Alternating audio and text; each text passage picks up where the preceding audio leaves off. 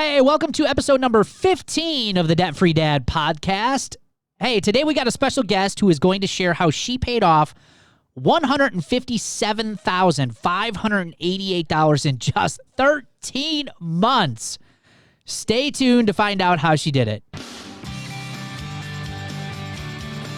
Welcome to the Debt Free Dad podcast, where we're helping normal, everyday people learn how to save money and kick debt so they can live a happier and stress-free life.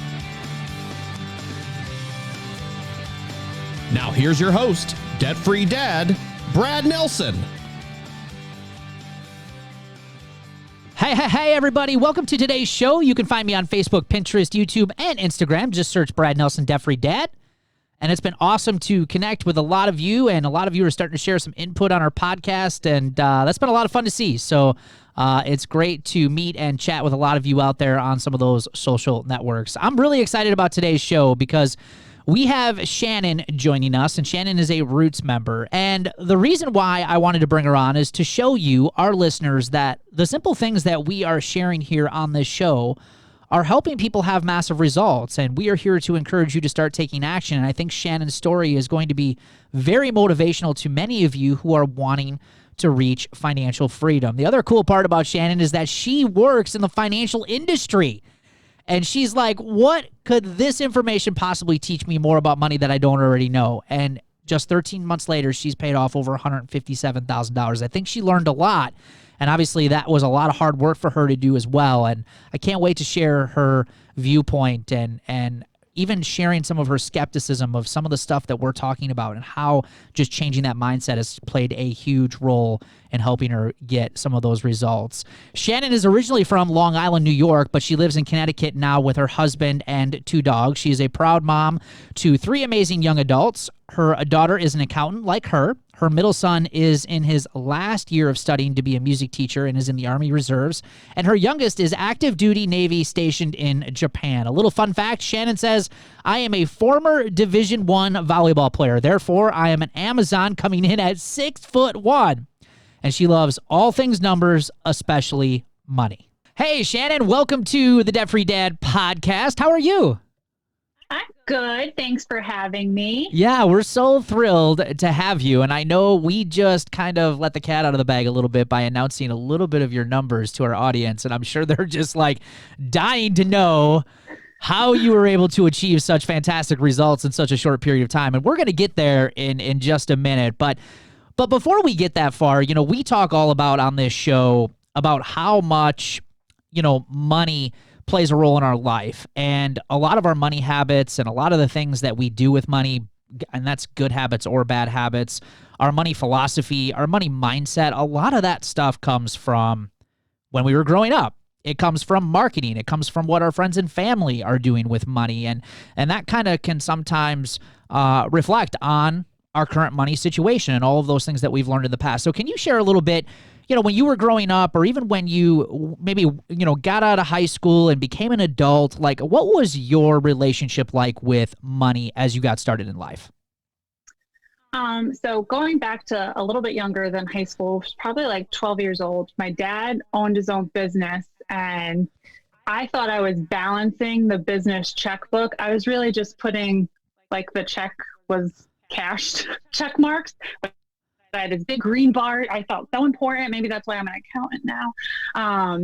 And so I thought my dad was like loaded because I thought that was all our money.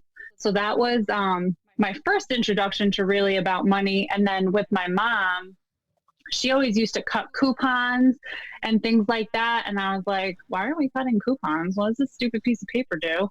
Like when I was really little. And then she would make it a game sometimes at the grocery store and be like, Shan, how much do you think we're going to save? And clearly she knew the answer because she cut all the coupons, but sometimes she would let me win. But it really wasn't until my first real job in high school that I really learned how many hours you actually have to work to get like a $200 paycheck. Yeah, isn't it amazing? It's amazing, huh? Oh, I was like, this is terrible. Although I will say, I thought I was rich because I didn't have any bills. I was living at home and I didn't pay for anything. I'm not going to lie. So I still felt very blessed, but I was just like, wow, $200. And then taxes, I couldn't fathom why all that money went someplace else other than in my pocket. So that was a harsh lesson. Yeah, yeah. So you got out of high school and you were a Division I athlete. Can you share a little bit about that side of you? So, yeah, I am a retired Division I volleyball player. And from a very young age, I was always involved in sports. And so I had that teamwork mentality kind of ingrained in my DNA, it feels like. So doing different financial programs, I enjoy one that you kind of have that group together, similar to Roots, where you have people to hold you accountable, whether that's your partner or, like I'm saying, like a larger group of like-minded people, because living in a crap ton of debt is the norm, unfortunately. And people trying to get out of debt and being like cash only, like, and I was one of them. I'm like, my friends who only used cash, I'm like, you're a crazy person who wants to go to the bank all the time. But it's surrounding yourself with like-minded people to achieve your goals, have people to be your cheerleader and be truly happy for you with all of your successes, but also be there when you're just having a bad day and a bad time with whatever, some surprise bill you forgot about came or whatever it is. There's usually someone in the group to say, hey girl, I've been there. Don't stress it. Like, you got this. And to just kind of be like, all right, you're right. It's not the end of the world. Thank you. Yeah, yeah. And I remember, when we first started talking to each other, I remember you telling me that, Brad, I wasn't living necessarily paycheck to paycheck. And I remember you telling me you'd already saved a pretty sizable amount towards your retirement. I mean, you guys were doing, I would say, okay, pretty good, actually. So, like, you heard about Roots and what we were doing. And can you tell me a little bit about that? Like, what finally prompted you to, maybe I need to do something different? Because most people in your situation would probably just be like, I'm doing okay. I'm just going to keep doing what I'm doing. And it's working so far. But you didn't do that. You made a different decision there.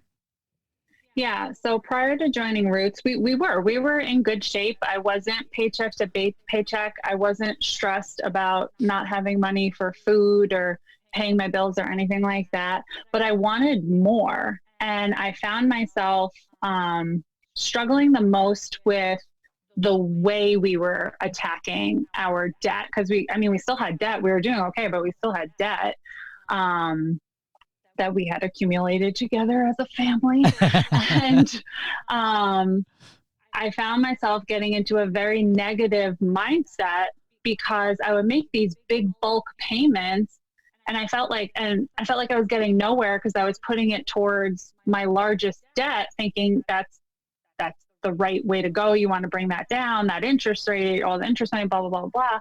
And I felt like I was getting nowhere. So I was just negative and I get pissed off and then I just go spend money because I'm like, I'm already in debt. Oh, well, Yeah. Which is the wrong attitude. Right. Yeah. Wrong mindset. And can you share a little bit, just to give a little insight to what you do and what you have done for a living and how that's played a part with your finances? So I'm a senior financial analyst. Which really sounds fancier than it is. And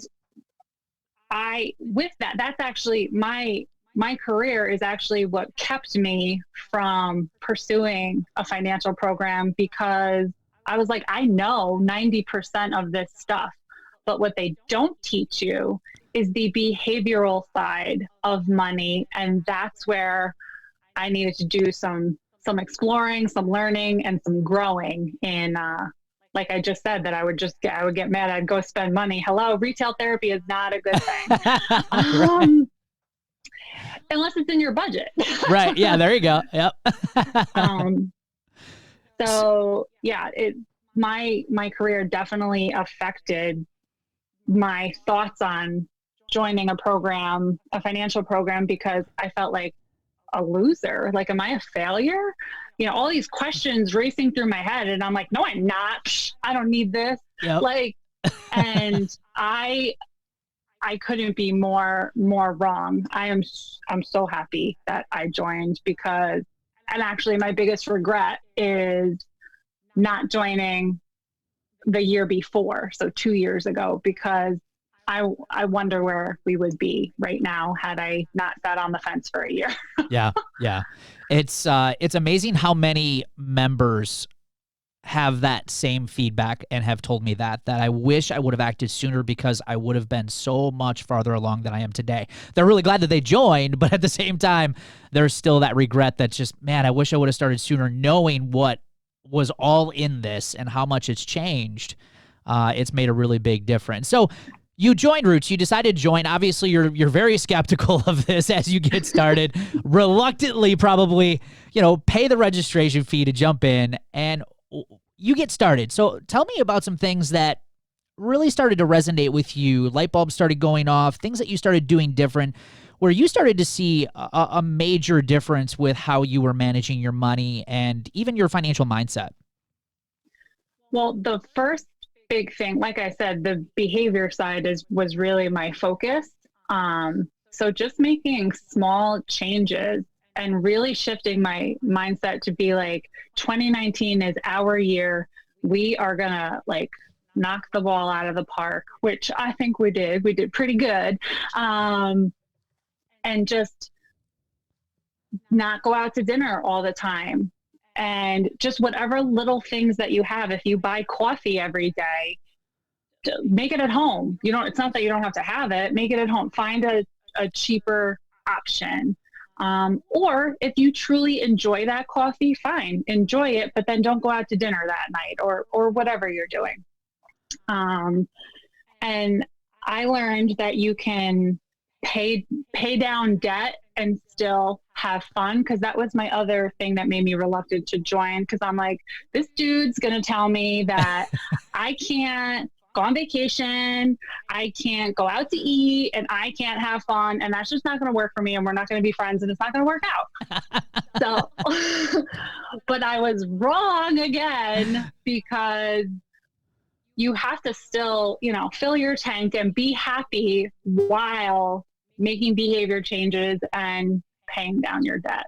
Yep, absolutely. And we're all about that. It's like getting out of debt is important, but you also have to live today. And it's all about being happier and living stress-free. And the more out of debt and the more control you have over your money, the more you're able to do some of those things. So, and talk a little bit, because you guys took a pretty awesome trip this past year in 2019, right? Yes, we did, and we paid cash for it, which was real good. Heck yeah. We went to Ireland, and it was amazing. We went to Ireland for 8 days, Wow. and it's beautiful. I highly recommend it. Yeah. Good for you guys. That is awesome. And on top of that, and like I said, we mentioned the number, but can you share again how much debt? Because you joined in January of 2019. As we're filming this and recording this episode, it's the end of February of 2020. So we're literally right at the 13-month mark. How much debt have you paid off, and how much money were you able to save within the last 13 months, practicing and changing your money mindset and doing some of the stuff that we're talking about in Roots? So I keep saying I do have a spouse, and I need to include him. It's all about me. We paid off $129,812. Wow. And that's excluding the mortgage, which if you include that would be a bigger number. Right. But and then we saved $27,776. And if you couldn't tell by the precise numbers, that's literally what I do for a living. Yeah, right.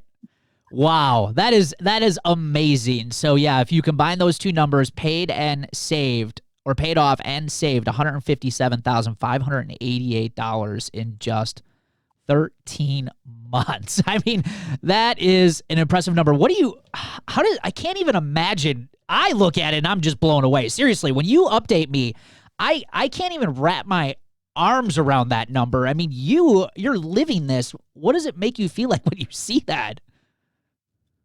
I'm like, did I add this wrong? Let me look at my spreadsheet again.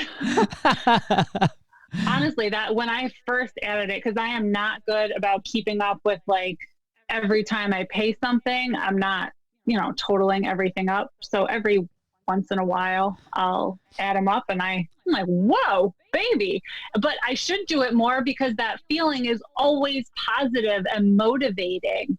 Um, but just for me, having a clear and focused positive mindset versus a negative one that I had, I think that was the biggest thing for me. Like we're getting the same paychecks, we're getting the same amount of money coming in. We have pretty much, the same bills, but it was just, okay, we're going to attack this and this is how we're going to do it. And we have a plan, and like making a budget is what I do at work with millions and millions of dollars. And while I wish that was my budget, it is not. So if I can budget millions and millions of dollars across 3 different states for the company I work for, why can I not stick to a budget myself at home? And so it was just really tightening the reins a little bit, asking myself, do I really need this 10th piece of clothing for this month? Probably not. And just reining it in and learning to make those small behavior changes, because I thought I'd have to make these big changes. And really, that's not the case at all, because all those small little changes are going to like mound up to be a significant number in a lot of cases. Yeah, bingo. It's usually for most people, it's not, I mean, sometimes it's the big things, but for most people, it's the small things. It's death by 1,000 cuts. And Yep. if you can just shift your mindset, adjust just a little bit, or like you said, you just made it a goal in 2019, like, hey, we're going to do this. We're going to make some sacrifices. We're going to make some cuts. We're going to do things different than we've ever done it before. And with a lot of hard work and sacrifice and patience. And you also had some fun. I mean, you took a vacation to Ireland. I mean, it's not like 2019, you guys were hermits and you just camped out on your couch all year. I mean, you guys did some pretty awesome things too. With just a few adjustments, though, you can really see some great results, and you guys are proof of that. Talk a little bit. There's a lot of people that I work with who fall into this idea that if they can just make more money, that's going to solve all their problems. Did you deal with that? Did you deal with that as you were, in your adult, because I did, when I was struggling, I always thought if I could just make more money, I could pay off debt, or I would be able to do more things and have the life that I want. But what ended up happening is I get that raise, get those bonuses, and I would just spend it because I had poor spending habits and poor behaviors.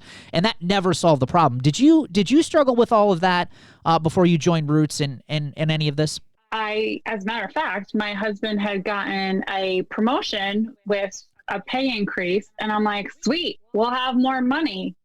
But then I don't know what happened to it. Like, this is prior to Roots, because now I track every dollar and it annoys the crap out of him. But I'm like, we have more money coming in every other week when he gets paid. Where is it? I don't, and it boggles my mind. And I used to think like, oh, rich people don't have this problem. No, it's like the more money you make, the more you spend. And even people celebrities and things, we think they have all this money. They could be millions of dollars in debt. We don't know. They're not going to share that info. They just put on this facade on Instagram. And that's the other thing that I used to do, which maybe it makes me shallow. I don't know. But I would compare myself to these people on Instagram and other social media mediums and be like, oh, I want that. Like, what do I have to do to get that? Like, half of that stuff is probably fake. Yeah. Like, they probably took it from someone else's site. Like, get it together. I'm glad you showed that vulnerability to you, because I think all of us deal with that. I think it's human. And I think that's one of the negative sides to social media. And I think as time and social media has become more popular over the years, it definitely, there's always this saying, keeping up with the Joneses, right? And the Joneses are broke, sadly. And a lot of us fall for that. And we're doing broke people things and wondering why we're broke. And it's because everybody else is broke. One other thing I had for you regarding your spouse, we have also, a lot of people who talk about, it's hard to get my spouse or partner on board, or it's hard to talk about money. As you kind of made some of these changes throughout the year, did you notice any difference in your communication style and your relationship with money in your marriage and how that relates to money? Did you notice any changes there? We have I'm lucky that we have pretty good communication on most things, and finances weren't, they weren't a thorn in our sides in our relationship prior to Roots. But I think it's just a more open line of communication where he definitely even now is like, you're the financial person, like you got this, I fix things, you do the money, like, and we have our roles. But he sees me get excited and I'm like, babe, come look at this, like we just paid this or we paid this off, like, yay, let's go celebrate. And instead of going and spending, you know, $60 on a dinner, I'll be like, ooh, let's order pizza. Yeah. Like, you know, like so fancy. So again, small changes. Whereas before I'd be like, yeah, let's go. And I'm going to get, you know, let's just get a bottle of champagne. I'll finish it. It's fine. Like, and now it's really unnecessary on so many levels. But yeah, we always had a pretty good line of communication, but more so now because I'm in a more positive mindset. I think he's more receptive to talking about it, because when I was negative, like who wants to hear someone, you know, complain about something all the time? So now it's just more open. He might check in more than he used to before. Yeah, yeah. Can you talk a little bit about the difference between Shannon 13 months ago and Shannon today? Like, how do you feel when you think about your money, think about your finances, think about your financial future, retirement, with all the changes that you guys have made this year? I can imagine some things have definitely changed. Yeah. I'm excited about money, where I used to actually call payday, pay your bills day, like very negative. And I'm addicted to paying things off. Like I have 4 months, 3, 4, 5 months from now forecasted out. And I'm like, oh, I can't wait. That credit card is going to be paid off. Like I am addicted. It's addicting. And I guess it's a good addiction to have, like for the better. It's not like a bad one. But I feel like I'm more focused on a bigger goal. And whereas I used to set goals that like I knew I could meet, and now it's like, I want to be debt free by the end of this year. Besides my mortgage, I want to be debt free by the end of this year. And I'm truly excited to see where we land on December 31st. Yeah. Cause it's just, you know, spending less frivolously. And like, we still go to Aruba every year too. So last year we did Aruba and Ireland. So like still have fun, still do stuff, but let's just, if I feel this good now and I still have a little ways to go, what's it going to feel like when I have none of this and I just have like my normal, you know, keeping the house safe bills? I'm just excited. I'm so excited. And I also learned things that maybe weren't necessarily positive. Like for myself, I have very rare heart issues, and just in watching the modules in Roots, specifically the insurance topics, I found out that I am uninsurable. I'm 37 years old. Actually, I'm 36. Got to correct myself. I'm not 37 yet. But I didn't even look into life insurance and things like that, because I'm just like, oh, I don't need to worry about that yet. And when I called, I think 6 different agencies, and they all said, we'll gladly insure your husband. And I'm like, what? And I'm uninsurable. So that just means that I need to get my savings to a level that will, you know, I plan on living a long time. Yeah, right. So I need to have that there as my safety net. Yep. It's very, that is just a wise choice, because so many people, you know, I shouldn't say so many, there's people in your situation that are uninsurable, but then they're also loaded down by a lot of debt, living paycheck to paycheck, and they're not setting up their partner or their family for success, in the sense that if something happened to them and they lost the income, that's going to be very painful for that spouse that's left living. In your situation, you guys are taking action. You're getting out of debt. You're setting yourself up for success to the point where you're going to be able to save a lot more money towards retirement and investing in emergency fund savings, where if God forbid something did happen, you're not leaving your spouse or partner with a mess on their hands. And that's right. Really, really awesome. We talk a lot about the herd mentality and following the herd and what everybody else is doing, and friends and family and that social circle. Did anyone have any sort of remarks or responses to you or reactions to what you were doing this past year? I know you've posted a few times on your Facebook page on some of the success and things that you have you had any sort of reactions from other people that saw you doing this? Some people were truly like excited and inquired about, well, how'd you do that and this and that, and I'm like, talk to Brad. No, no, just kidding. I told them, but some people were nasty. Like some people think that I would put stuff out there to like brag and that's not it at all. Like, I don't care. Like, I'm not out of debt. That's what I care about. I don't care if the number I paid off was $1 million and I was still in debt. I don't care. It's that the number is nice and that's cool. And I'll give myself a pat on the back, but I already did that once. So now move on. Like, so that kind of hurt. I'm like, wow, I'm so excited. And there's always going to be, call them ankle grabbers who, when you're at a high, are going to try and pull you back down. Oh yeah. But you just got to keep your positive momentum going. And most of my family and friends were supportive. Some people were like, oh, that's cool for you. Like, I'm not into it, which is fine. Yeah.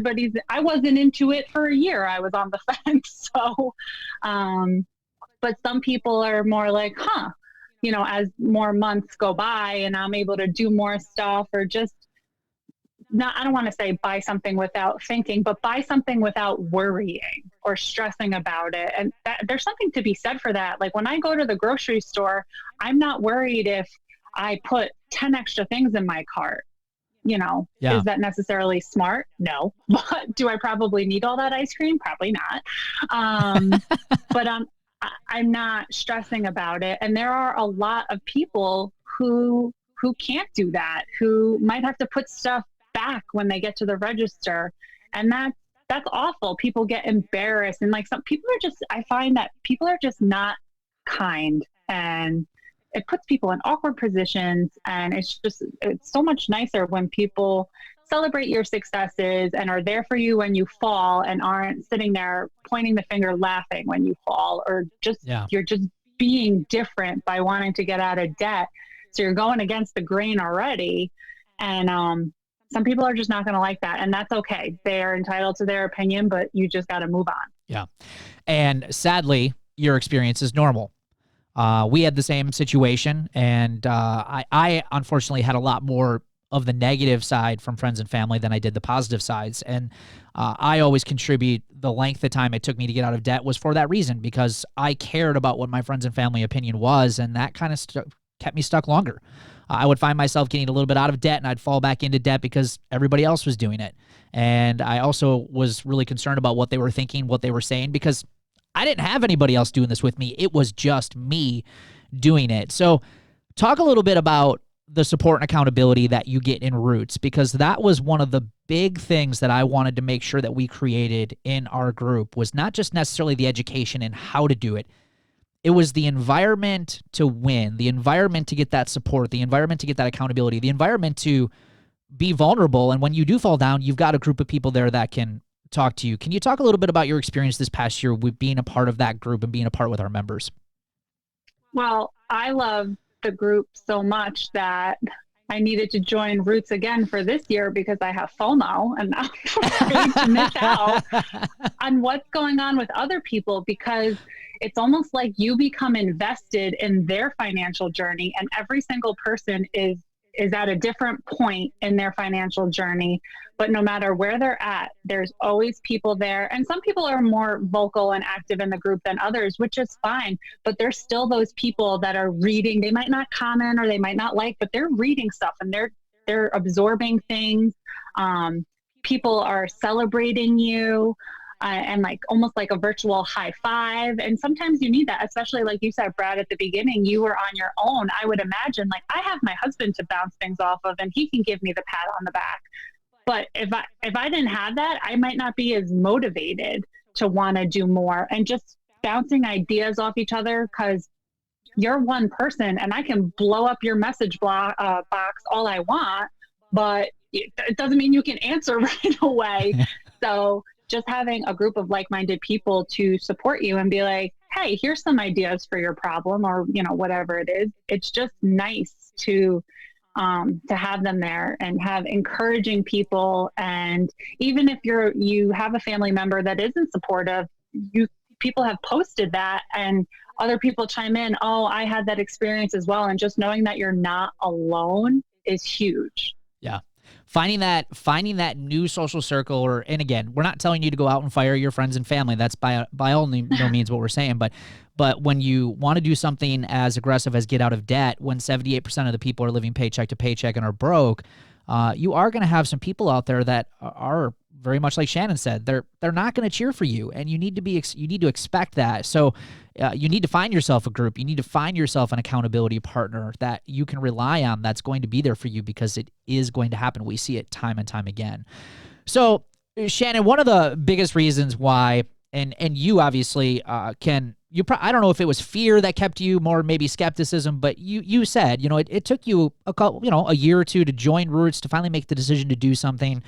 Now that you've done it, it's 13 months later, we still have people out there that are on the fence with getting started with their finances, whether it be fear of their financial challenges, whether it be a cost issue, whether it be a spouse or partner, whatever it might be.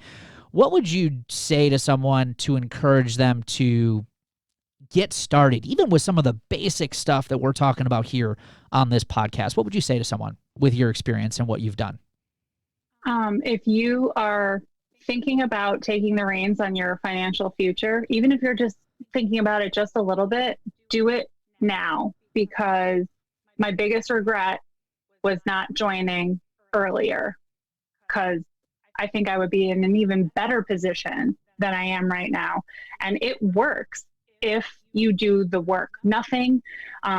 Success doesn't come without sacrifices. Like, there are going to be sacrifices made, but they are not, or do not have to be, these gigantic things that maybe you're already playing over in your mind. They can be small changes that have a huge impact on your financial life. And in the grand scheme of things, while I understand, what is it? It's like $200 something for the whole year. You get a wealth of information. And in the grand scheme of things, like, if you just look at my numbers, I think my return on investment is pretty good. You paid $269 to be a part of the program, and you saved and paid off $157,000.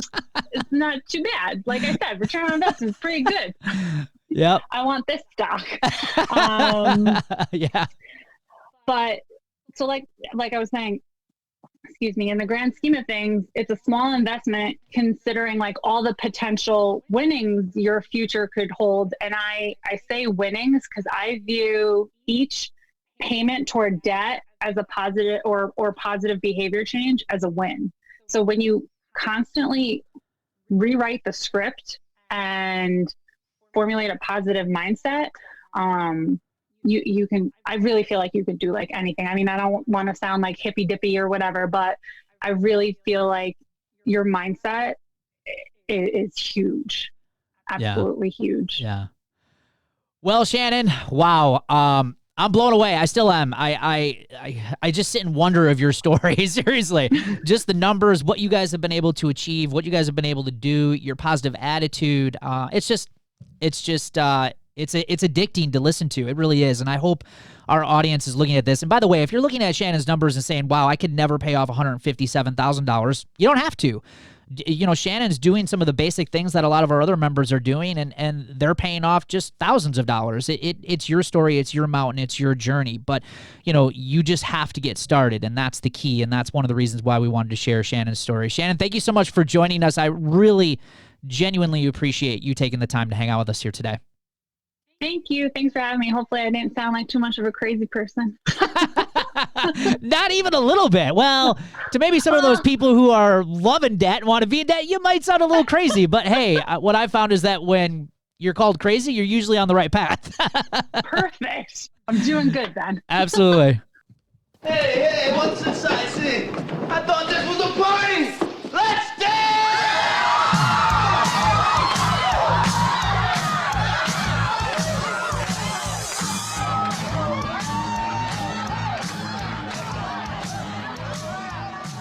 Hey, everybody, as always, that sound means it's time for the celebrations of the show. And today we're going to kick it off with Megan Martin. She says, I went the entire work week without spending anything extra. No food from the cafeteria, no vending machines, no fast food, no impulse buying at the grocery store. This saved me at least $50 just in 1 week. That is awesome. Way to go, Megan. Cassandra Lawrence says, I have been able to add almost $100 to my emergency fund this week. Way to go. Yeah, that's awesome. Way to go, Cassandra. Sarah Ida says, I made a grocery list and stuck to it completely. I even chose some store brand items to try and ended up spending $65 less than what I had budgeted for. And Sarah, as a fellow impulse shopper in the grocery store who bought all kinds of the crazy food, I totally know what a win that is. That's awesome. Good for you, Sarah. Yep. Denise Cartier, best week yet, received a large sum from my employer, so was able to put some in the emergency fund, plus pay off a chunk of my credit card. But the biggest win is actually having financial conversations daily and really thinking before we spend. Something we've never done before. So eye-opening. Way to go, Denise. Wow. Yep, that is absolutely fantastic. Lastly, we got Penny Nunley. Haven't been to Target in 3 weeks. That is huge. There's so many people that celebrate the Target story. You know, not going to Target. That's huge. That's good. Good for you guys.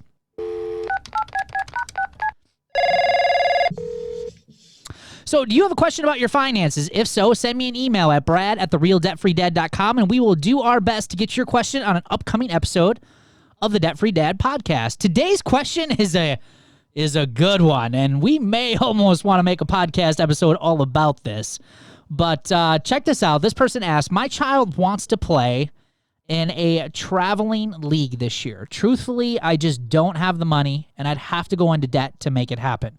Between equipment and travel expenses, it's just too much money. But at the same time, I want them to have the experience, and I certainly don't want to disappoint them or limit them on what they do because of my financial situation. I don't know what to do. You know, we've been kind of through this with our kids. It wasn't traveling. It probably wasn't as much expense involved, but we, during our kind of getting out of debt journey, they wanted to be in marching band, which, to a lot of people, marching band, but at least where we're at, it can be fairly expensive for fees every year, plus to buy them the right equipment and the uniforms and all that. There is quite a bit of expense. Competitions, it's similar. I don't know how much is too much for them, but we did whatever we could to make that happen. It was important to us. So I would not tell anybody to not do it, but we didn't go into more debt for it. We just adjusted what we were doing. So it may have taken us, this is one of those things that we look at as from a sacrificing standpoint.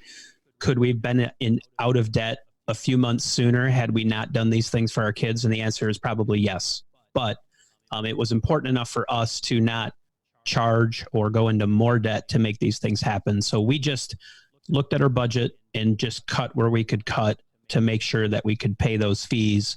And again, not taking out loans or doing things crazy. So that was a big part for us. That's probably the best, that I wouldn't say advice, but that's our story of what we did to make it happen for our kids. It's a really hard decision because you want the best for your kids and you want to make sure you give them as many opportunities as you possibly can. But in the end, I think providing for your family long-term is better than going into debt even more for a season. Maybe they can hold off for a season. Maybe they can stick to a local league and plan for the traveling league next year. So there's kind of options there. And I totally understand that it's going to be a tough decision. And it also depends on how old they are. If you can have that conversation with them and really explain to them what's going on, then maybe they might make the decision for you. When I was getting out of debt, if this was something I really wanted to do, I drew that hard line in the sand. Like, debt wasn't going to be an option. So I'm looking at every other alternative options that are out there in order for us to do this. Kind of like what Ryan was just saying in the sense of being flexible with other things. And, again, certain other luxury things that you have going on or certain things that you have that you can cut out that's going to help you be able to afford this. Those are going to be the things that I'm going to look at. And also, kind of like what Amber said, look at other options, alternative options. If traveling league, and again, if you have to go into debt for it, to me, it is a hard no. That's what I would suggest, just because I don't think it's that important to go into debt for. Is it important? Yes, but it's not that important. I think going into debt would just make the situation that much worse if you're already struggling. And it's going to only put that much more stress on the next year that they want to do it if they continue to keep doing it. So I'm going to look at all alternative options. Can you increase income? Can you cut out other expenses? I've also heard of some of these traveling leagues and some of these other organizations. Maybe they have a scholarship opportunity, or there might be other ways to reduce some of those costs. I have worked with members who have had their kids in like gymnastics and certain things, and then they've been able to participate in other ways with that league, and that helped bring down some of the costs. So again, I'm looking at all of the options, not just it's either go into debt or not do it at all. I think you might be able to find that there's going to be some other ways for you to be able to make that happen, or maybe it doesn't happen this year, kind of like what Amber said, maybe it starts happening next year when you can plan better. Also, you might want to consider making this as part of your why. I mean, we talk about that a lot here on this podcast. If doing some of this stuff for your kids is really important, then maybe that's part of the reason why you work so hard on getting out of debt, is so you can give them the opportunities that you want them to have without also stressing out your personal finances. Hey, everybody, thanks for hanging out with us today. We love your feedback, and it also helps us grow our podcast. So please leave us an honest review on Apple Podcasts. We read every single one of them. And as you know, the Debt Free Dad podcast is here to help you live a happier and stress-free financial life. So if you know someone who could benefit from our show, please give us a share. We appreciate you, and we will see you on an upcoming episode of our shows. Take care.